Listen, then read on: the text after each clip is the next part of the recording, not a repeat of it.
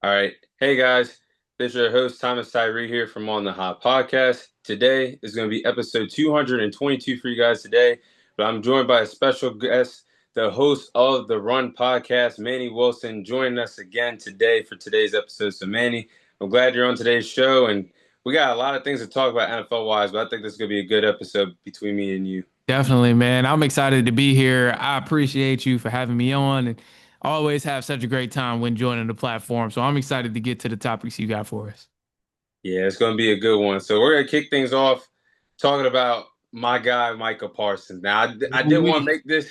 I didn't want to make this segment, but things are looking like they're going in the wrong direction with kickoff a few weeks away. So we'll be Bruh. sharing our trade destinations for number 11, Micah Parsons on the Dallas Cowboys. So Manny, what are a few teams that could make the call to Jerry Jones, Stephen Jones to try and acquire Micah Parsons in your latest trade destinations?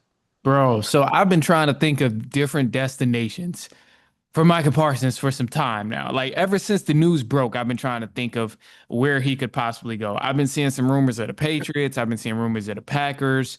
And just like some toss-up teams, like the Lions, of course, just like teams that don't really need him but would be OP with him. Mhm. Hence the Lions. And man, honestly, I think the biggest reason why I struggle with choosing a team where Micah Parsons might land is because I really don't know what the hell the Cowboys want from a deal with him. Like Yeah. I don't know what they want. Like is it draft picks that they trying to get? They're trying to build for the future. They want another running back. Like they want another receiver. Like what is it that they really want for the reason of why they don't sign Micah Parsons?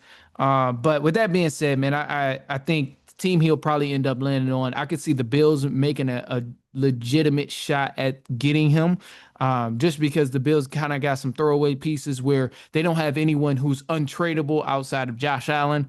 I think Josh Allen is really the only untouchable on that team. Outside of that, anybody on that defense can probably get tossed, especially if you bring in a guy like Micah Parsons, who would immediately make a huge impact on that defensive line. So the Buffalo Bills to me would be a great landing spot. Also, to hence the rumors of the Green Bay Packers, seeing a lot of those rumors. I think the Packers could probably land Micah Parsons just because they do have a lot of assets too. And we've seen them lose Jair Alexander, who was a key component for that defense.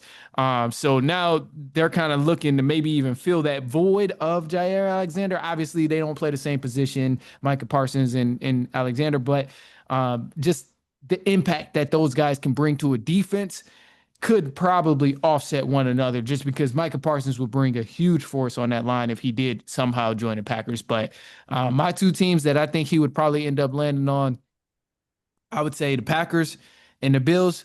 Those guys also have the money. Just spend it up or trade some picks or anything like that. Make something happen. If he does want a new contract, obviously that's why this is a whole conversation. But yeah, I say one of those two teams might be the landing spot for Michael Parsons, realistically for me. Yeah, I like those two. And actually, that's funny you said that about the Packers because I think like an hour or so I was reading online, like the Packers must have at least gave Jerry Jones, Stephen Jones a call. The rumors they were trying to give up two first rounders, uh, maybe a middle round pick, and a defensive player for Micah Parsons, but the Jones family declined. So it's just like you want Micah. It's just why are we playing this game so long? Because Jerry Jones is known for doing this like over the years. He did it with Zeke playing out he Yeah. basically wanted a new deal and literally played out the situation, then gave a new deal before week one. Last year, he paid Dak and CeeDee Lamb new contracts before kickoff against the Browns. So it's like Jerry Jones is known for this, but if you want your best player, just go ahead and re-sign him. Because if not, now he's now he's out there requesting a trade because you keep playing games with him. But I think there is some teams that's eventually going to call if this deal doesn't get done. I like the first one you said, the Bills. That was actually going to be one of mine. So the Mm. Bills, I agree with that one too. I think that's a perfect landing spot for Michael Parsons because the Bills, like you said, other than Josh Allen, anybody could be tradable for that team. And they haven't had a star defensive player since Tre'Davious White. Their cornerback was on the team years and years ago. So the Bills defense in the playoffs, just against the Chiefs, for example, lost against them several times in a row. Those losses are like one possession games, and they're heartbreaking losses. And Yeah. that most of that comes on the defense. If you have a difference maker like Micah Parsons, that can go a long way. Someone I think is just about to hit their prime of their career and is very young. So I think that would be great for them. And even though they cut Von Miller this offseason, but they got Joey Bosa. So if you could find a way to get Joey Bosa and Michael Parsons to play on the other side of the line, I think that'd be great for them. So I think that'd be a good trade destination for them. Um, Definitely. this one though, Manny, I ain't even gonna lie. This one would just set the NFL on fire. I think I know where you about to say. If Micah Parsons went to the Ravens, bro, Oh, oh, that hey, would be insane. That I'm would be telling you, insane, bro. I would still be a diehard Cowboys fan, but I'm jumping on that Ravens bandwagon. They officially is What? my second team, bro. That team would be so crazy to watch That team would weekly be so every Sunday. OP. That But team would like be so. they would be loaded on both sides of the ball. I mean, the Flock Nation would love Micah Parsons too. And the Ravens front seven, it's decent, but it's not like top tier like other defensive units. But Michael Parsons would elevate that defense, and they already got a lockdown secondary. They got Yeah, Marlon Humphrey, they got Nate Wiggins, Jair man, Alexander. Then look at the man. safeties, Malachi Starks and Kyle Hamilton. That would set. I think they would win the Super Bowl with Michael Parsons. I think they would finally get over the hump of beating teams like the Chiefs and They the would, Bills.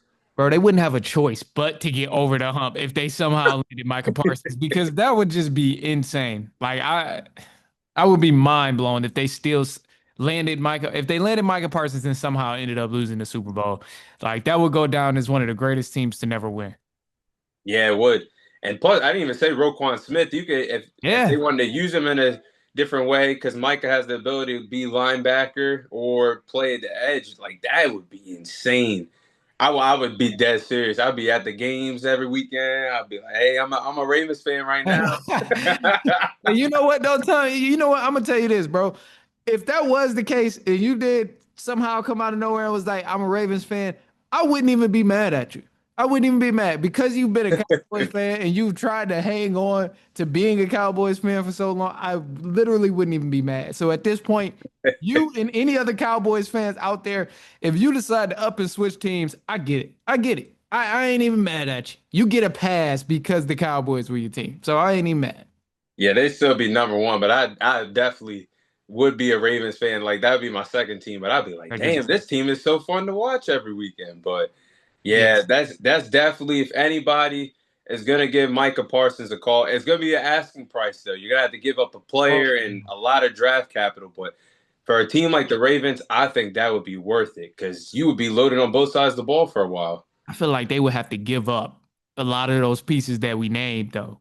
Like I Oh don't. yeah, yeah. Some of them would have to come off the board. Yeah, I just don't see the Cowboys getting rid of Micah Parsons and all of that and not attaining any of the dogs that we just named on that defense, whether it's the secondary guys or whether it's one of the linebackers. But I feel like the Ravens defense is way too talented for the Cowboys to just up and give Micah Parsons away for nothing.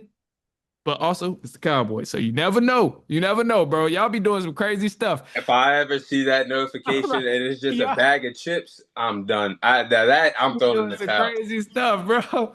I'm throwing I in the know. towel. No more as a fan. I'll be fed up. Man, yeah, I don't know, but I think it would be cool though. We'll see. We'll see how it plays out. One more team though, Manny. This would probably be a nightmare for your division. Or no, never mind. You're a Falcons fan. Never mind. Okay, Not thank that God. I Thank God. forgot you're a Falcons I'm fan, like, not a please Bears don't tell fan. me it's rumors of the Buccaneers getting him or something. I'm like, please don't tell me. I'm like, no, don't bring him over there in the AFC, in the NFC South unless he's going to the Falcons. Like, no, Yeah, the Lions, I think, would be a pretty solid team too. Now, would they do it? I don't know, but it's worth the risk for a team like the Lions because Dan Campbell, the culture that he's built over the years in Detroit, they're a heavyweight contender in the NFC. Their window is going to be open for the next couple of years to win it all. But Micah Parsons and Aiden Hutchinson playing on both ends of the defensive line, that would be nightmares dog, for offensive coordinators and especially offensive linemen in the league. But I think Micah Parsons would play well in Detroit too with the Lions if possible. But bro. yeah, People would not get a pass off. teams wouldn't be able to get a pass off Parsons and Hutchinson on the other side of the line, bro. There's no way. But the interesting part about the Lions, you bringing them up is the fact that yeah, they could have potentially have a Hutch and Micah Parsons duo over there, but I wouldn't put it past Brad Holmes because he low key been nice. Their GM, he's been nice with putting together this Lions team. Hmm. Hasn't really overcompensated for guys in a way where it's worked out in a bad way, especially in a draft. People kind of say he was questionable with drafting the picks that he's been doing over the last 4 to 5 years. But I mean, look at this Lions team now. So if Brad Holmes cooked up a deal that somehow landed Micah Parsons in Detroit, I almost wouldn't be able to help but to have faith that it was the right move just because of what he's done so far with putting this team together and getting them where they are now as a unit. So definitely, I mean, you got to give Brad Holmes his credit as a GM for sure. So I think they got the money to do it, and it's possible. It's possible. Yeah. Now, obviously, I don't want to see number 11 go at all, but it is the NFL, and if Jerry Jones were to do this, as a Cowboys fan, a lot of the fan base would not be happy at all with Jerry Jones. Absolutely not. I I would. think overall, I do think overall a deal gets done before week 1, but it is kind of getting to the point where like nearly at crunch time. So something's got to happen between the two sides very soon, or things could get interesting. I think this is the I think this is the yearly Cowboy surprise that Jerry Jones does. I think this is just him kind of playing a part of, nope, we're not gonna pay this guy. The only thing that makes me think otherwise is the fact that Michael Parsons released that long statement. That statement was like 3 whole pages in Yeah. notes. And I'm like, bro, nobody's putting this out for anything that's like fake, bro. Like that's kind of hard for me to believe that he's just putting this out for publicity when it's 3 whole pages. Now, if it was just 2 sentences or maybe one paragraph, then it's like, all right, it could be fake. But 3 pages, Yeah. it's hard to believe like he really don't want to be there. So I think about that when I'm thinking like, okay, well, Cowboys might actually get a deal done. Yeah, and I was thinking about that too, because over the years, it gets to the point at times where players will either sit out or because he's still around the team, he's just not practicing. But I think he's playing the chess game with Jerry Jones standing up to him with that long statement like that. I was surprised though. That is a long, lengthy way Man, to request bro, a trade. it was like 3 whole notes pages. I couldn't believe that. I'm like, that he means business. Like he really wants to leave. I'm like, Yeah. couldn't believe it. Yeah, that's crazy. But hopefully he stays. But we'll go ahead and move on to the next segment. So man, we're gonna share our thoughts on which NFL first year NFL head coach will have the most success in their first season with their new team. So I'll go over all the new hires that happened during the offseason. Of course, Ben Johnson with the Bears, Brian Schottenheimer with the Cowboys, Aaron Glenn with the Jets, Kellen Moore with the Saints, and Liam Cohen with the Jaguars. So, which head coach do you think is going to have the most success in their first year and with their new team coaching? I think this one is a little bit easy to choose. And it's kind of a safe option. I hate that it is such a safe option, but I'm gonna go with Ben Johnson just because his team is just laid out so perfectly for him to have success. Like he already has the talent. He got a lot of help from the old line now. They got multiple all pros on that offensive line now with the Chicago Bears compared to last year. Obviously, some great talent at receiving in, and then the defense wasn't a bad defense last year, but yet they still went and grabbed a couple defensive tackles and defensive linemen to help bolster up that defense. So the Bears, to me, from a personnel standpoint, definitely is the best situation for any head coach to walk into. And with a great football mind like Ben Johnson, I just got to go ahead and go with Ben Johnson for the prediction of which coach will have the best season as a new head coach. And yeah, man, he's got a lot of firepower over there. And I think he can definitely cook something up. And if he can't, oh yeah, he needs to be talked about in a bad way. Yeah, I like that one because I think Ben Johnson, he has no choice but to reshape Caleb Williams Something. into something because the Something. Bears they've just been suffering left and right with quarterbacks. I mean, their best quarterback of all time, crazy to say, is probably Jay Cutler. And that franchise has probably been around for nearly 100 years. You mean to tell me Jay Cutler has been your best quarterback to ever touch a football in Bears franchise? That's insane. But yeah, I agree with you for that part for Ben Johnson because everything's laid out for him offensively. You're known for being an offensive coach. That's how you got the job.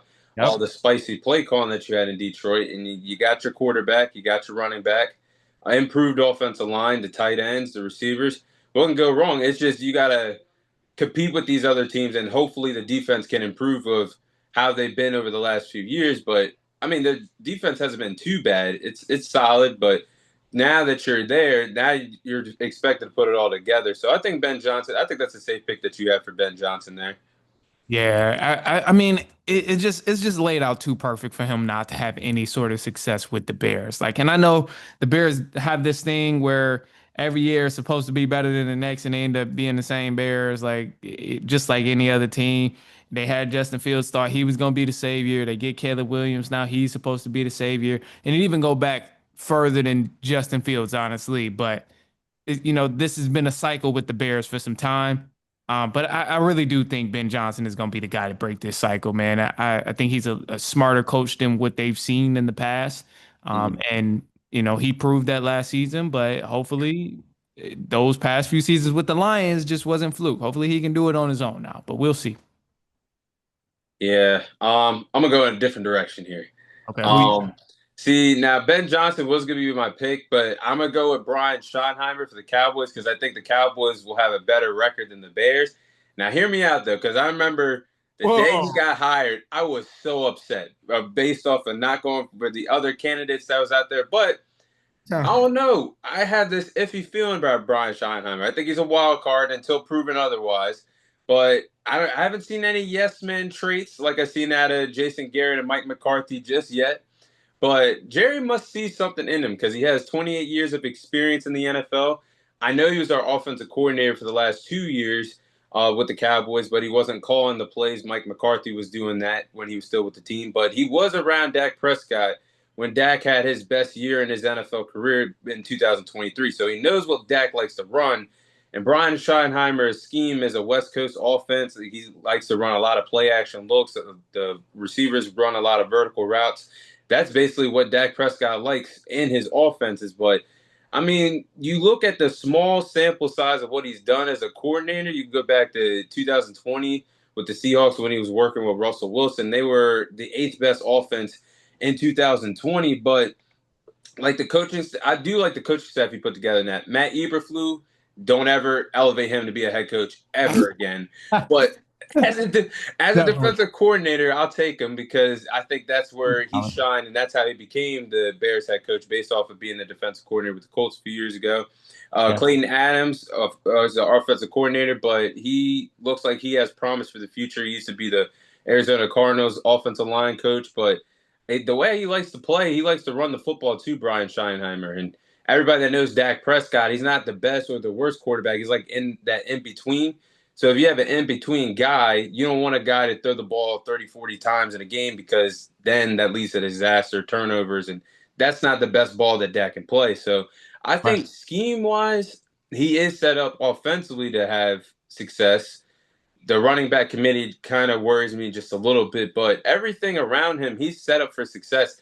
It's going to come down to how the team is wired if they're going to be able to compete with the other teams. Because if not, we have a Mike McCarthy Jr. as our head coach again. But I don't know. Compared to how I am today about Brian Scheinheimer months ago, compared to how I was months ago when we hired him, it's kind of like I'm on that fence right now. So you got to show me something. But I'm gonna put the faith in him right now, though. Spoken like a true Cowboys fan, Tom. Spoken like a, I'm sorry, man. I'm sorry, bro. Look, I ain't got no faith in this dude. Nor am I supposed to have faith in him. Because I'm not a Cowboys fan, but so I'm not supposed to have any faith. And I definitely agree with you on some points here. He has more than enough to have somewhat of a successful season because the personnel he has is also loaded. Like this team, Cowboys are not a bad team. Cowboys Yeah, should 1000% be in the playoffs next year. And honestly, there's a small part of my heart that is frustrated that they are not good and are not succeeding with the talent they have. The other part is very happy because it's the Cowboys, and I'm like, cool, they deserve to just be bad. But also, just seeing talent go to waste frustrates me. And with the Cowboys, they have more than enough talent on this roster to get into the playoffs. So with Schottenheimer being the head coach now, man, I still think it's some sort of legacy hire. I think it's some sort of, you know, I think it's some sort of family connection with Jerry Jones that's just in here to show some sort of nepotism, but we just ain't figured it out yet. The internet, to me, I just feel like the internet ain't figured out what type of nepotism plays into this whole Schottenheimer hire because this doesn't make sense to me, especially when there was other coaches out here on the market like all these other coaches we just mentioned, Aaron Glenn, Ben Johnson, Neum, the guy who's at the Jaguars now. Like, you got Yeah, a lot of other coaches to choose from, but the Cowboys immediately said Schottenheimer. Like, whoa.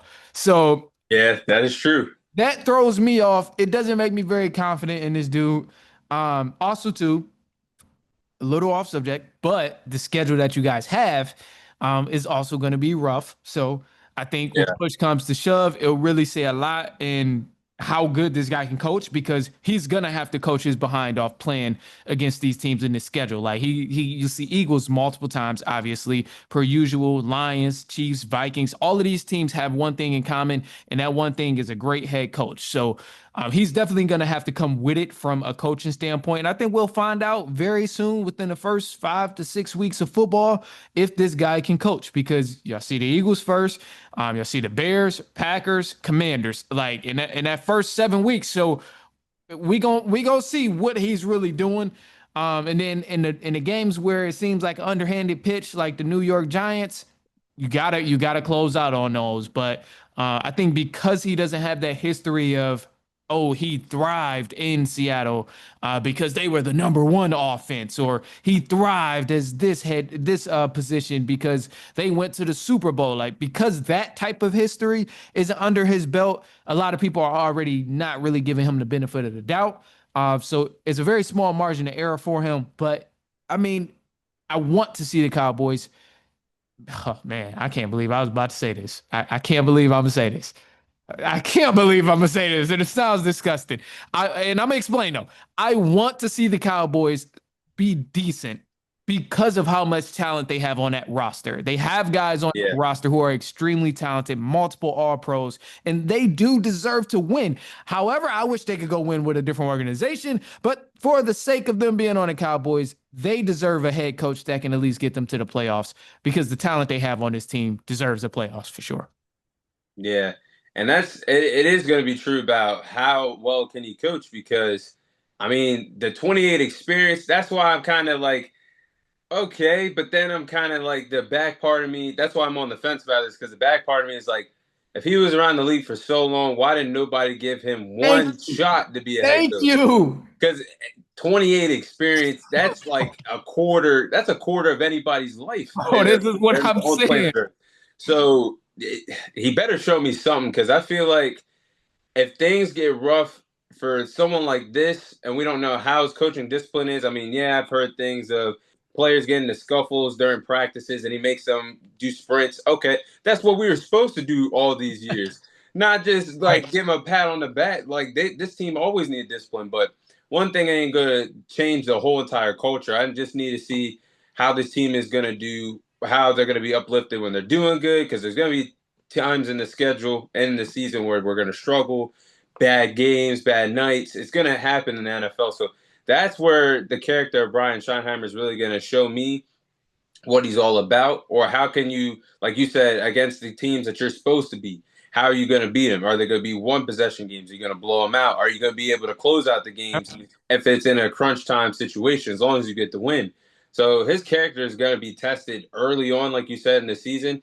But I think with the experience, again, the experience and having people that's in his corner that he's hired being the head coach, that's going to be important too to see what type of character we get out of him. Plus, he's going to be the one calling the plays for us. So Yeah. I better see something. I better see Bro, something. yeah. I mean, this dude's been an offensive coordinator in the NFL for 14 plus years. You better know how to score the ball. Like, you have to know how to score the ball and get the ball downfield. So, Yeah, like, it concerns me, man. And I just don't know what we'll expect. Because just like you said, how the hell you spend that much time as offensive coordinator in the NFL and you ain't never got a shot at being a head coach and ever? that's crazy. Like that is mind blowing to me, man. But I don't know. I hope they have somewhat of a decent, season and somewhat of a decent type of winning streak throughout the season. Even like I want them to at least be in playoff competition and playoff contention. But I just don't have faith in this dude. I don't know what we'll see. Yeah, that's something we're gonna have to pay attention to. And the other coaches too. Well, all of them got a chance to do something this year, but Kellen Moore, unfortunately, he's just in principal's office trouble with that Saints roster. I wouldn't even took that job. I would have stayed with Philly for another year. I love it. I love it. I tell you, man. I love the fact that Kellen Moore is on this trash Saints. Really, I just love the fact that the Saints roster is trash. That's more so it. Being a Falcons fan in that division, more so just excited that there's just one less team I got to worry about, especially since the Panthers is adding a lot to their personnel and Tampa Bay Buccaneers is still the Buccaneers. Got a lot of talent over there, Baker Mayfield. So really just happy it's one less team to worry about within the Saints. Yeah, I agree with that too. Yeah, and I know Aaron Glenn is also in that conversation. I don't really have too many expectations for him of what he's doing, but that was another person I almost went with as well. But I because thinking about Aaron Glenn's situation, they still have a lot of offensive talent. Still got some great receivers. Still got Brees Hall at running back. And then on the defensive end, they definitely still got a lot of talent on there. That D line is solid. That front seven pass rush is solid. And we all know exactly what Aaron Glenn can do with an elite pass rush. So those guys are already set in stone with the talent is there. Then you got Sauce Gardner in the secondary. So that'll be interesting to see what type of things he gets to do in that secondary. So Aaron Glenn kind of has a little stacked roster over there as well. So I'm curious to see like what he can cook up as well in his games. Yeah, I 100% agree with that. Oh,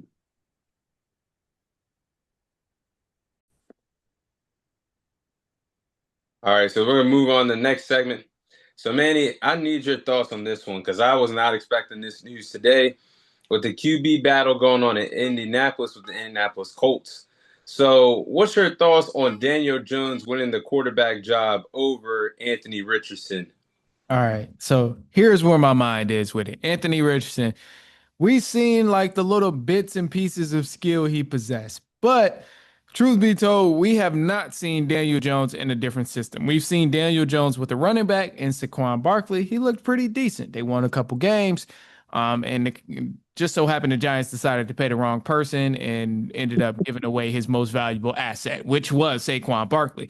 But I'm really not upset at this. I see a lot of people are outraged. I see people are very, very pissed off about Anthony Richardson being such a young talent, a guy who is obviously still needs plenty of room for development right now.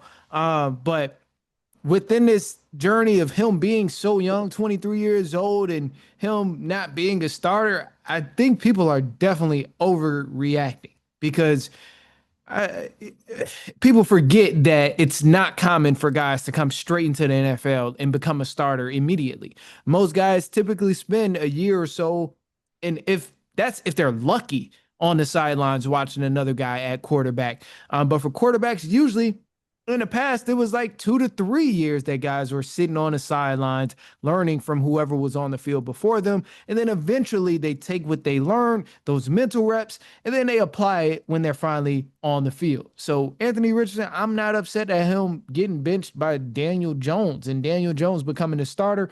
I think Daniel Jones, when he had some help over there in New York, he wasn't awful. Yeah, he had a bad line. He had a lot of other aspects that didn't really help him make his case of why he should be a starter on another team. But I think Daniel Jones has been in the NFL for some time. He's seen multiple defenses thrown at him. He's seen some of the best defenses thrown at him. Hence, he had to play the Eagles multiple times in a year with him being a New York Giant. So I think him being a starter for the Colts is definitely good.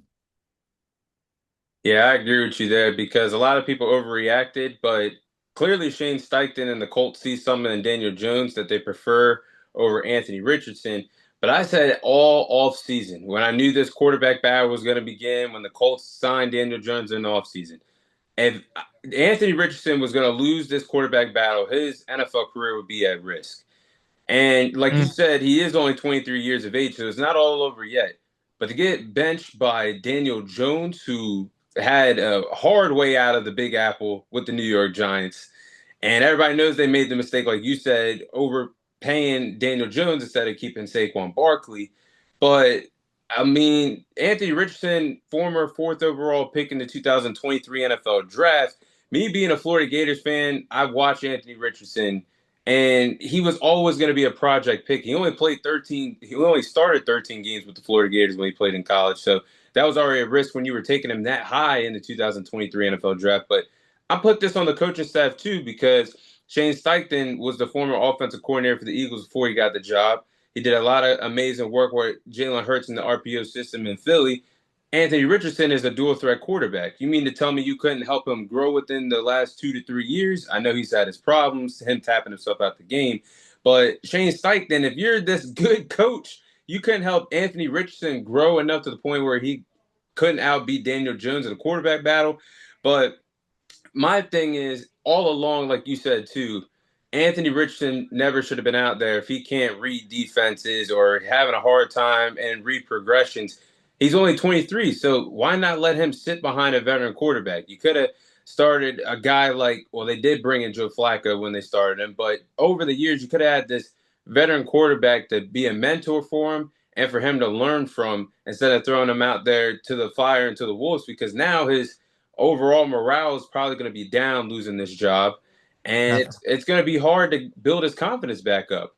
But I will say that they probably did do the right thing here by starting Daniel Jones because even with preseason play, even the small sample, you can see that Daniel Jones has been the better quarterback than Anthony Richardson in actual game film in the two preseason games they played. So overall, I'm not mad at the decision, but at the end of the day, now it's like if the Colts do bad, I think Shane Steichen does deserve to get fired because you're putting Ooh. all your eggs in Daniel Jones's Ooh. basket to have a good season this year. I mean, I think if they do bad, he deserves to be fired. He deserves it. Oh man, that's rough. I can't say he deserves to be fired just because let's say he does start Anthony Richardson. Now, keep this in mind. All dogs, some all dogs aren't trainable.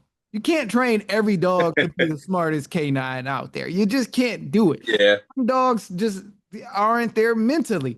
And that could simply be the case with Anthony Richardson because let's say the Colts did announce him as a starter and they were like, we're gonna start him and we want him to get reps since he's young anyway. Like we're not exactly where we want to be.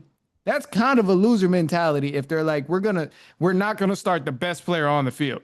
And I look at it from a talent standpoint of if he's not the most talented quarterback on your roster, then he does not need to be starting. And I know what this can do to a person's confidence, especially since they've been up and down, starting and then not starting and whatever. But it's really on the head coach and the organization to make sure that he keeps his confidence and continues to keep his head up. Because why else is he on the team if you aren't going to continue to build him up for your future? Now, if they're like, he's not it, we need to trade him, he's not our guy at all, then so be it.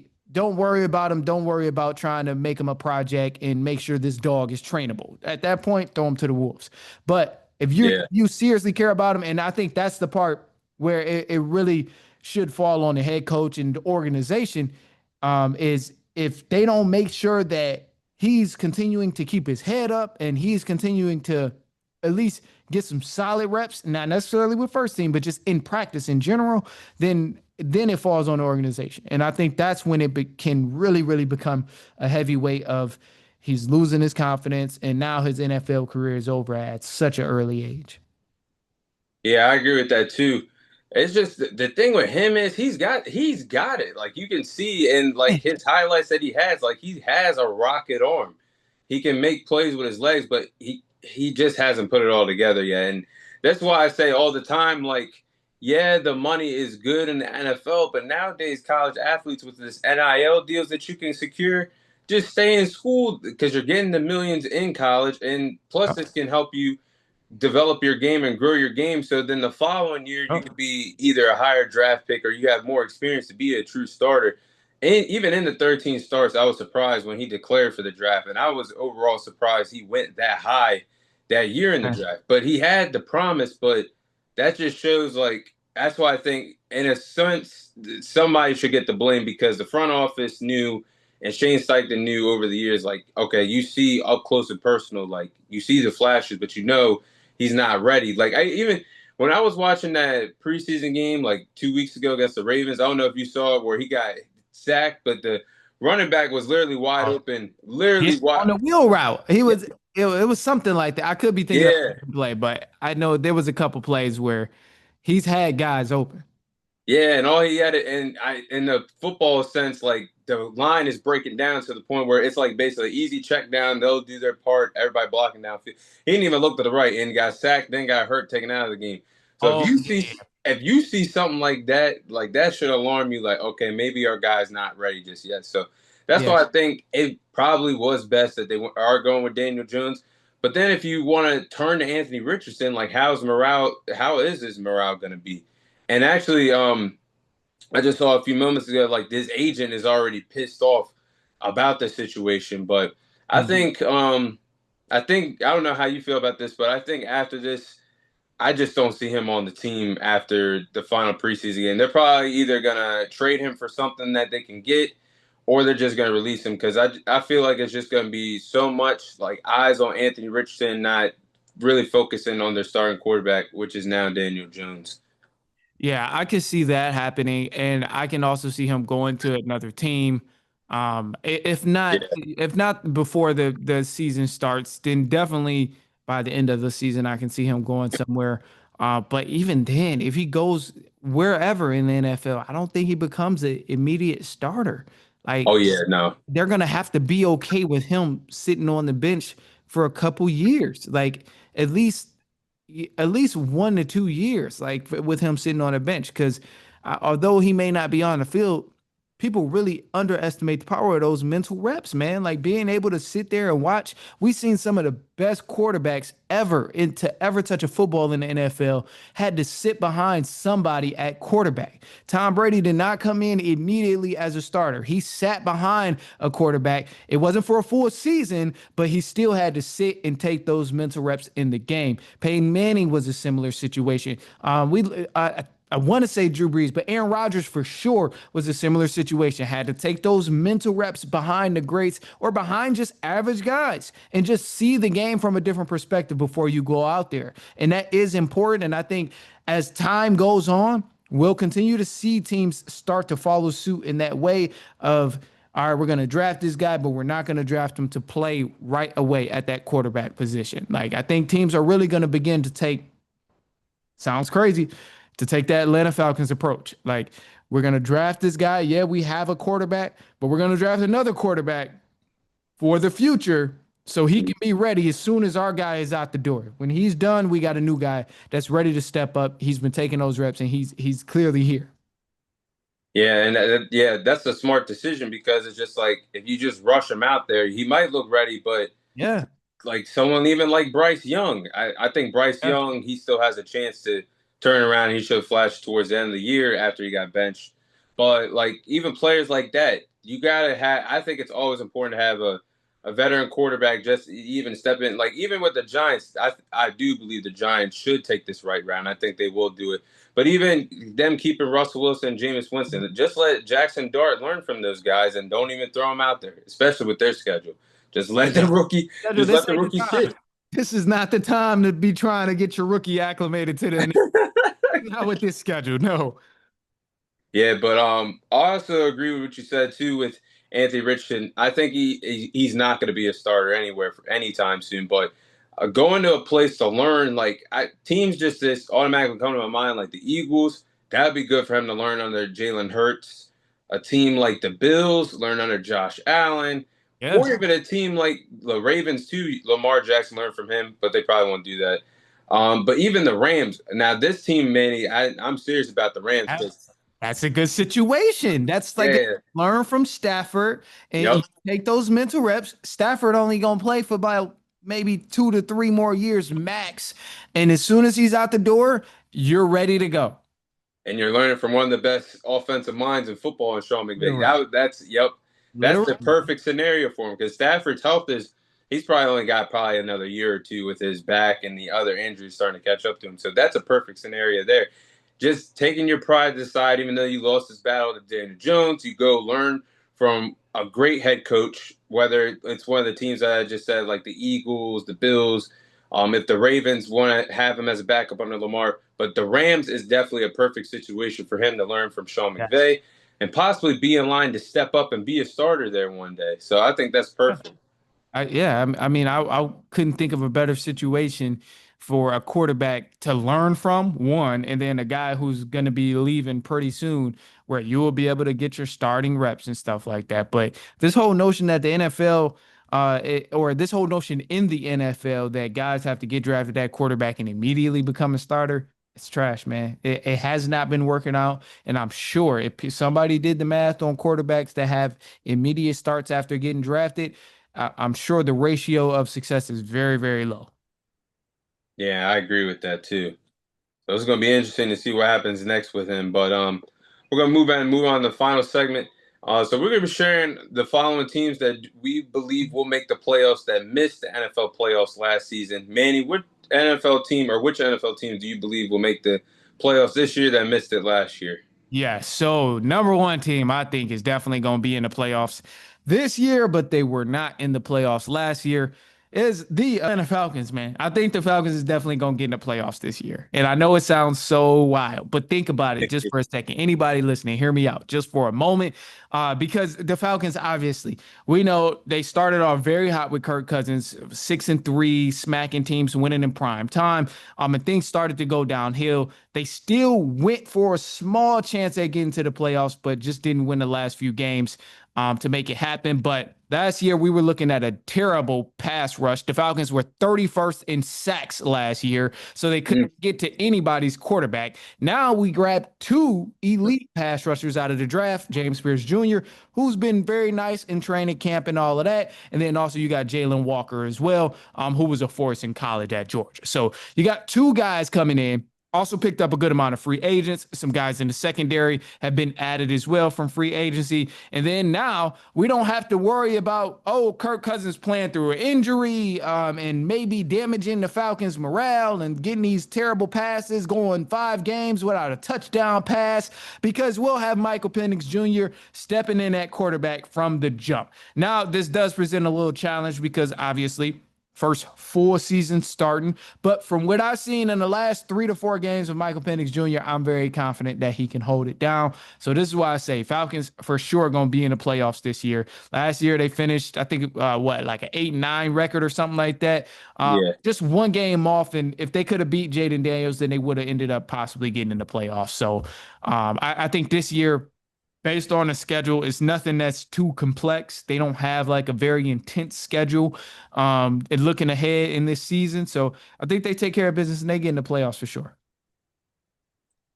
Yeah, I like that one for the Falcons because, like you said, you've been saying it. Like you guys started 6-3 last year, and then the downfall of Kirk Cousins. But Michael Penix Jr., I've always been high on him. Like he's been good in college. His story is actually pretty phenomenal based off the injuries that he's bounced back from, and former first round pick under his belt now. But the throws that I've seen him make last year, and that was actually one of my favorite games last year, that Sunday night game that you guys played the Commanders, because you saw a glimpse of the future.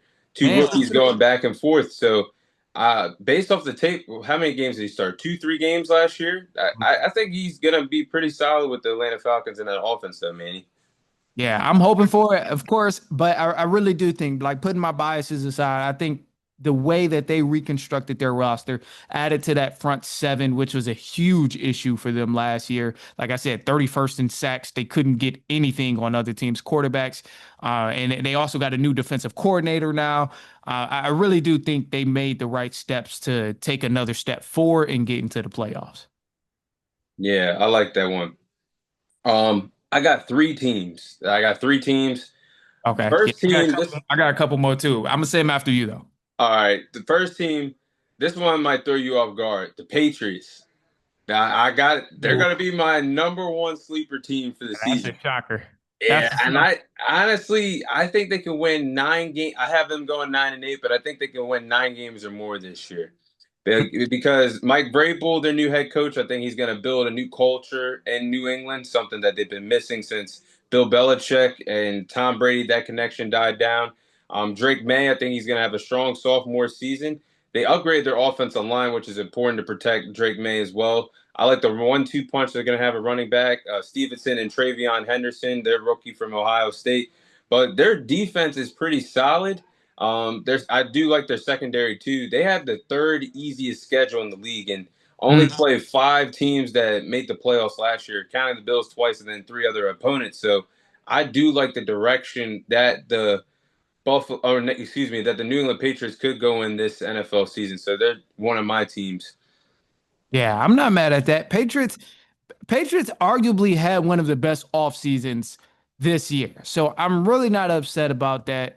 They're the only thing I can really be upset about the Patriots for is just paying Stephon Diggs. That's the only thing. Other than that, I really don't have any other criticism for what they did this offseason. I think they made a lot of great moves in the draft. They probably had the best draft, honestly, out of all 30 teams in the NFL. So I'm not mad at the Patriots. But I will say that's a bold take for sure, just because they're getting into Yeah, their like year under new leadership and still like sorting some things out. But it starts up front, and that's really what they beefed up on. yeah. The second team, I'm pretty sure me and you are going to agree with on this one. The Cincinnati Bengals, I think they're going to get their get back this year. Definitely. I think they're good enough to at least make the wild card. I still think the Ravens are going to win that division this year, but I think they're good enough to get a wild card spot in the AFC. I mean, offensively, you have nothing to worry about. A healthy Joe Burrow, a healthy Jamar Chase, a healthy T. Higgins. Seems like Chase Brown has a lot of potential at running back, showed that in the back end of the season. But offensively, not going to have any problems. Defensively, I know that I was checking out some of your clips today, Manny. Some people left some voicemails about the defensive side of the ball. That does worry me, but it's fixable. It is fixable. I mean, anything is fixable in the National Football League, but they got to hold on to Trey Hendrickson, their edge rusher. Without him, And that is going to be crucial. yeah, To be very crucial for them. And I really, really do think he ends up leaving just because the Bengals have been very cheap on that defensive side for some reason. I don't know why.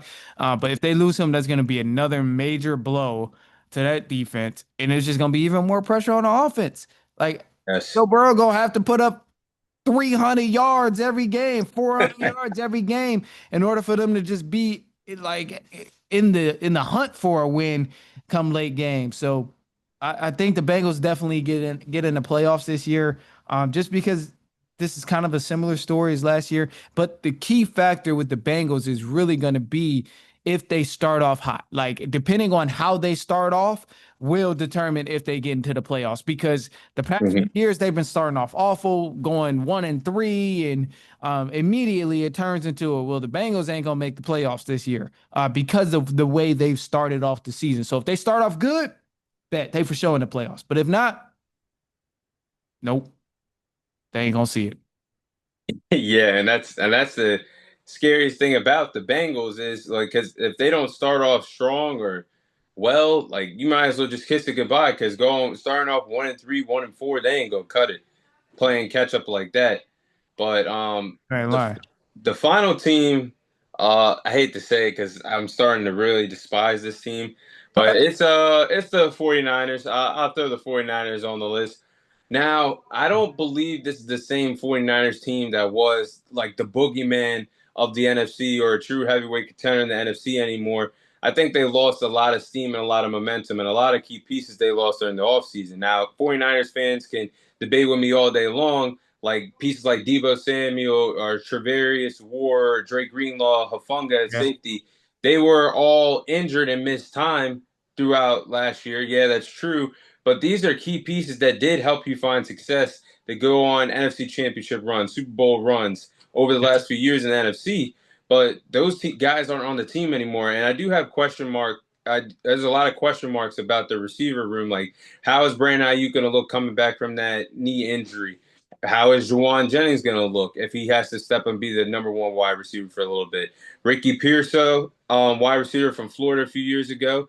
So there's a lot of question marks on this team. But luckily, they did bring back Robert Saleh, former defensive coordinator. Yes. He's back there. And luckily for their sake, they have a lot of time to figure it out before they play any elite teams because they have the overall easiest schedule in the league. Man. They only play a total of 4 playoff teams from last year. If you count the Rams twice, that's basically two other opponents that they had to play that made the postseason last year. So I think they should take advantage of this easy schedule, but everybody is different on a yearly basis. But based off what I see, the 49ers should make the wild card. I would be very surprised if they actually miss it based off of the schedule and only having to play 4 playoff teams from a year ago. Yeah, I can see the San Francisco 49ers getting into the playoffs strictly because of the schedule. Like if there's any other debate about skill level team talent, I'm not really going for it. Because Yeah. I don't think they're the most talented team, but bro, this schedule is very, very light. They don't really see too many dogs, and truth be told, I think they are in one of the weakest divisions in the NFL. I don't think they're in a strong Oh, yeah, I don't think they're in a strong division, man, because you just look at the competition. It's really just the Rams over there. you Like, don't believe in the Seahawks? not anymore. Not anymore. I don't think Sam. I mean, they don't have Metcalf and they got Sam Darnold over there. I don't really have faith that the Seahawks can make anything happen. And then what? Who else is it? Cardinals? Yeah, Cardinals is show Oh, me something until proven otherwise at yeah, this I'm point. not. I'm not going for it, man. Kyler Murray, cool. He makes some exciting plays, but he's not going to be the quarterback to go out there and win you games every week. No, I'm not so. I'm just not sold on that yet. And not saying that he can't be that guy, but just as of right now and what I've seen since he's been in the NFL, he hasn't proved to be that guy to go out there and get you wins every single week. So I think this division is really just belongs to the Rams and 49ers. It's this they don't really the schedule's easy. They don't play a lot of competition. Like they don't really see no dogs from the AFC. Like Mhm. it ain't even the Bengals. It ain't the Bills. It ain't the Ravens. It ain't even the Lions. It ain't no top dogs on this team. Like you said, it's only 4 playoff teams from last year. So, like, yeah, I see them getting into the playoffs for sure. And that's how I know the NFL loves them some 49ers because how Facts. on this planet does the 49ers get the easiest schedule? And I'm sitting up here defending the Giants, but you give them the hardest schedule in the league out of all 32 teams. Bro, That's nasty work. The Giants schedule is ridiculous. That is Yeah. ridiculous, bro. Like how you give them the hardest schedule, but 49ers, I'm just going to gift you the easiest schedule to get back to I ain't buying that. Yeah, bro. Giants schedule is ridiculous. Like this schedule belongs to like the best of the best in the NFL. Like I couldn't believe the Giants schedule. The first time I took a look, I was very shocked. But I gotta ask. I gotta ask. You ain't got your Cowboys getting in the playoffs, Tom. Oh, I was gonna put him on there, but we were talking about him so much, I didn't want to put him in another segment. But yeah, no, I think the Cowboys could get in there. Okay. It's just, I don't think we're gonna win the division. We just gotta buckle down and do our part. But yeah, I think they can make the playoffs for sure. But like we talked about a few weeks ago, it's that final slate. Once November hits, the Chiefs, the Lions, the Vikings, the Commanders on Christmas. You better bite down if you're Brian Scheinheim and the Cowboys. Bro, yeah, that belt might come off. That belt might come off, man. They might start putting that belt to y'all that last final stretch, bro, because that y'all have a very, very, very tough schedule in them last 5 to 6 games, man. Oh, Yeah, it is going to be tough. I think we can, but yeah, I didn't even want to mention them again because we were talking about them for a little bit on here today. But yeah, those three teams, for my sake, I definitely think can make the postseason. It's just depending on how they execute as the season goes on. Confidence wise, out of the three, the 49ers should be the most confident I have. But I am very high on the Patriots, but this schedule is just ridiculous. The easiest schedule in the NFL. That's Yeah, wild. they schedule, yeah. San Francisco 49ers has definitely got a very, very light schedule. So I'm curious to see. And if they don't make the playoffs, oh yeah, I'm lighting them up. I'm lighting them up if they don't make the playoffs with this team, especially after they paid Brock Purdy and all of that. Oh yeah, that's I'm, true also. I'm telling you, bro, 49ers, I'm sure they will make the playoffs, but if they don't, they getting it worse than Cowboys fans ever received it. Yeah. I know you said you had two other teams. What were your two other teams? Yeah, well, some of the other teams, I actually look, they did make the playoffs, but Cowboys was one of them. They were like the main other team that I was gonna say because they didn't make it last year. But I really do think the Cowboys have a good chance of getting in the playoffs. And again, I hate that we have to talk about the Cowboys too because I still don't really want to see them there. But I think it's just the inevitable because they have a very, very talented roster. And I think obviously with Dak coming back healthy, like you kind of got to be a little crazy to just discredit the Cowboys getting a healthy quarterback in Dak Prescott and not being able to even go for a playoff push. Considering last year they looked solid at times outside of quarterback play. Like there was times they looked really bad, but there was also a few games where things were still lining up. The defense was doing good, and just the areas of the game. Obviously, CeeDee Lamb, and then now you guys got George Pickens. Like, hey, the Cowboys have an extremely talented roster, so I could see them definitely getting to the playoffs with a healthy Dak Prescott. Yeah. And that's really what hurt us last year down the stretch was, I mean, Yeah. we were already bad overall, but that final 10-9 games without Dak was kind of crucial from Yeah. Cooper Rush and the times we let Trey Lance on the field. Like it was kind of crucial at the quarterback position. Yeah, and I'm like, I get it with the thing with Dak. Like, I get it, Dak, and I'm on the side of like, okay, Dak isn't the best quarterback in the NFL. He's not the best quarterback in it. But when healthy, I really do feel like Dak is was a top five quarterback at a certain time. I felt Yeah. like he was because I mean he's a elite quarterback. He can get the ball where it needs to go. He typically made good decisions. Obviously, the mistakes is there, but a lot of guys who have taken the next step in the NFL weren't necessarily there just yet. The past few seasons when Dak was healthy, when he was having some pretty good seasons. And I think at the end of the day, Dak can go and win you a game on a game winning drive. Like he'll go down and get you downfield, at least get you a field goal. And if not that, he'll put it in the end zone. So I don't have a problem with Dak. I just don't like that he played for the Cowboys. That's it. Uh, the way I like to describe Dak, is like one of the best regular season guys. Because until you show me differently, I can't put my faith and say, "Oh, Super Bowl," like these other delusional fans out there, or Very NFC Championship. You gotta show me at this point. I need more than just two playoff wins heading into your 10th season. This is very, very true. That is not a good statistic for him and anybody like making the case. And that's exactly why I won't say Dak is a top five quarterback right now or like all time, anything crazy like that. You'll never hear me saying nothing crazy. But I think there were years where he definitely was a top five quarterback. Oh yeah, yeah, I agree with that.